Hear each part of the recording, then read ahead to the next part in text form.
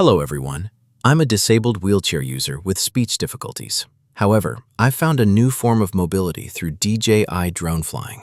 Nowadays, I can escape my confines and go explore. And with the help of 11 Labs AI text-to-speech, I can communicate my thoughts, stories, and conversations to the world.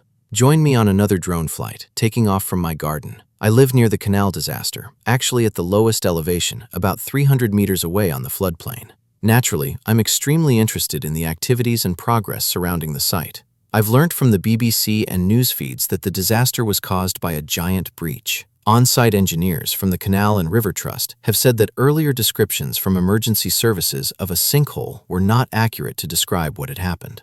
Regardless, the devastation and the difficulty in repairing the canal are obviously enormous. Looking at the footage, the small brook of water runs east to south. There is a pump station about 60 meters from the canal. Neither side of the brook seems damaged. Visitors can get past Chemistry Farm up to the bridge and pump station, or you can get to a fenced area about 20 meters from the hole. People who live on boats near to where the incident unfolded said they were first alerted to a problem by unusual noises, with some in the area fearing an earthquake, according to one BBC report.